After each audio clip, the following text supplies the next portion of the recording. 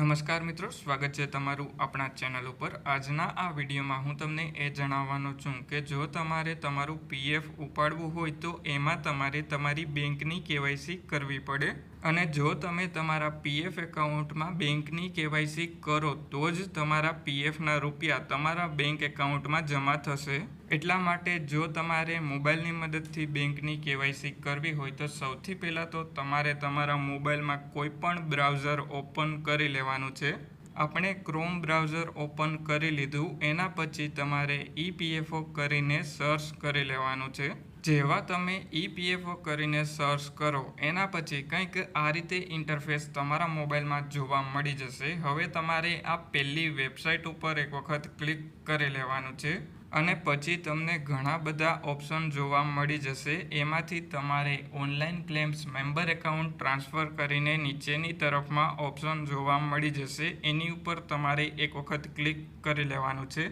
એટલે જેવા તમે online claims member account transfer ઉપર ક્લિક કરો એના પછી તમારા મોબાઈલમાં અલર્ટ જોવા મળી જશે। એ તમારે આ સિમ્બોલ ઉપર એક વખત ક્લિક કરી અને બેક કરી અને પછી તમારે નીચેની તરફમાં આવી જવાનું। એટલે તમારે તમારો પીએફનો યુએએન નંબર, પીએફનો પાસવર્ડ અને કેપ્ચા એન્ટર કરવાનો થાય। તો એના માટે તમારે યુએએન નંબર તમને પગારની સ્લિપમાંથી જોવા મળી જશે।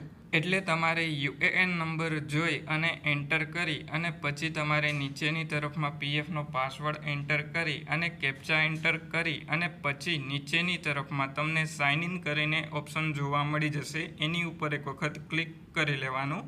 તો જેવા તમે આ બધી ડિટેલ એન્ટર કરી અને પછી સાઇન ઇન ઉપર ક્લિક કરો એટલે તમારા મોબાઈલ નંબર ઉપર એક ઓટીપી આવી જશે। એ ઓટીપી એન્ટર કરવાનો થશે। એટલે હવે આપણે બધી જ ડિટેલ એન્ટર કરી અને પછી નીચેની તરફમાં જેવા સાઇન ઇન ઉપર ક્લિક કરીએ એના પછી મોબાઈલ નંબર ઉપર જે ઓટીપી આવે એ ઓટીપી એન્ટર કરી અને કેપ્ચા એન્ટર કરવાનો થશે। હવે તમને મેસેજમાં ઓટીપી આઈડી જોવા મળી જશે। ઓટીપી આઈડી જોઈ અને તમારે ઓટીપી એન્ટર કરી નીચેની તરફમાં કેપ્ચા એન્ટર કરી અને પછી તમારે સબમિટ ઉપર ક્લિક કરવાનું થશે। એટલે હવે આપણે બધી ડિટેલ એન્ટર કરી અને સબમિટ ઉપર જેવા ક્લિક કરીએ એના પછી અલર્ટ તમારે આ સિમ્બોલ ઉપર ક્લિક કરી અને બેક કરી લેવાનું છે। એટલે તમને ઘણા બધા ઓપ્શન જોવા મળી જશે। સૌથી પહેલાં તો તમને હોમ કરીને ઓપ્શન જોવા મળી જશે અને પછી તમને વ્યૂ કરીને ઓપ્શન જોવા મળી જશે અને પછી જે તમને મેનેજ કરીને ઓપ્શન જોવા મળી જાય એની ઉપર એક વખત ક્લિક કરી લેવાનું। જેવા તમે મેનેજ ઉપર ક્લિક કરો એના પછી કંઈક આ રીતે ઇન્ટરફેસ તમારા મોબાઈલમાં જોવા મળી જશે। એટલે હવે તમારે કેવાયસી કરીને ઓપ્શન જોવા મળી જશે, એની ઉપર એક વખત ક્લિક કરી લેવાનું। હવે આપણે બેંકની કેવાયસી કરવી એટલા માટે બેંકવાળા ઓપ્શન ઉપર એક વખત ક્લિક કરી લેવાનું છે।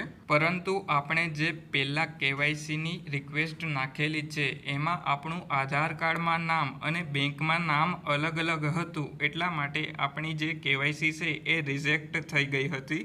એટલા માટે તમારે એ ધ્યાન રાખવાનું છે કે તમારી બેંકમાં અને આધાર કાર્ડમાં સેમ નામ તમારું હોવું જોઈએ। હવે આપણે બેંકની કેવાયસી કરવી છે એના માટે બેંકવાળા ઓપ્શન ઉપર એક વખત ક્લિક કરી લેવાનું। જો તમારે પાન કાર્ડની કેવાયસી કરવી હોય તો તમારે પાનવાળા ઓપ્શન ઉપર ક્લિક કરી અને પાન કાર્ડની કેવાયસી પણ કરી શકો। એટલે હવે આપણે બેંક ઉપર ક્લિક કરી અને નીચેની તરફમાં બેંક એકાઉન્ટ નંબર એન્ટર કરવાનો થશે। બેંક એકાઉન્ટ નંબર એન્ટર કરો અને પછી તમારે તમારો બેંક એકાઉન્ટ નંબર કન્ફર્મ કરવાનો થશે। એના માટે તમારે ફરીથી એક વખત બેંક એકાઉન્ટ નંબર એન્ટર કરી નાખવાનો અને પછી તમારે બેંકનો આઈએફએસસી કોડ એન્ટર કરી નાખવાનો થશે। એટલે તમારે જે પણ બેંકની કેવાયસી કરવી હોય એ બેંકની પાસબુકમાંથી તમારે બેંક એકાઉન્ટ નંબર અને બેંકનો આઈએફએસસી કોડ જોઈ અને તમારે એન્ટર કરી નાખવાનો થશે અને પછી તમને વેરીફાઈ આઈએફએસસી કરીને ઓપ્શન જોવા મળી જશે, એની ઉપર ક્લિક કરી લેવાનું અને પછી તમારે નીચેની તરફમાં આ બોક્સ ઉપર એક વખત ક્લિક કરી લેવાનું થશે। એટલે હવે જેવા આપણે વેરીફાઈ આઈએફએસસી ઉપર ક્લિક કરીએ એટલે આઈએફએસસી વેરીફાઈડ કરીને જોવા મળી જશે। હવે ઓકે ઉપર એક વખત ક્લિક કરી લેવાનું। એટલે તમારી બેંકનો IFSC કોડ વેરીફાઈ થઈ જશે અને બ્રાન્ચ નેમ અને બેંક નેમ જોવા મળી જશે. હવે નીચેની તરફમાં આ બોક્સ ઉપર ક્લિક કરી અને સેવ ઉપર એક વખત ક્લિક કરી લેવાનું છે. એટલે જેવા તમે સેવ ઉપર ક્લિક કરો એના પછી તમારા મોબાઈલ નંબર ઉપર એક OTP આવી જશે. એ નીચેની તરફમાં તમારે એન્ટર કરી દેવાનો થશે. એટલે હવે જેવા આપણે નીચેની તરફમાં આવીએ તો એન્ટર OTP કરીને ઓપ્શન જોવા મળી જશે. ત્યાં આપણે OTP એન્ટર કરી અને સબમિટ ઉપર એક વખત ક્લિક કરી લેવાનું છે. જેવા સબમિટ ઉપર ક્લિક કરીએ એટલે આપણી બેંકની KYCની પ્રોસેસ થઈ જશે અને જેવી પ્રોસેસ થઈ જાય એના પછી આપણી જે રિક્વેસ્ટ છે એ પોર્ટલ ઉપર સબમિટ થઈ જશે અને પછી 2-3 દિવસની અંદર બેંક KYC અપ્રૂવ કરે એટલે તમારી બેંકની KYC PF એકાઉન્ટમાં થઈ જશે. જો તમારે PFની માહિતી ગુજરાતીમાં જોતી હોય તો આપણા ચેનલને સબસ્ક્રાઈબ કરી દેજો અને આ વિડીયોના ડિસ્ક્રિપ્શનમાં મેં જે વિડીયોની લિંક એડ કરેલી છે એ વિડીયો તમે લોકો જોઈ લેજો.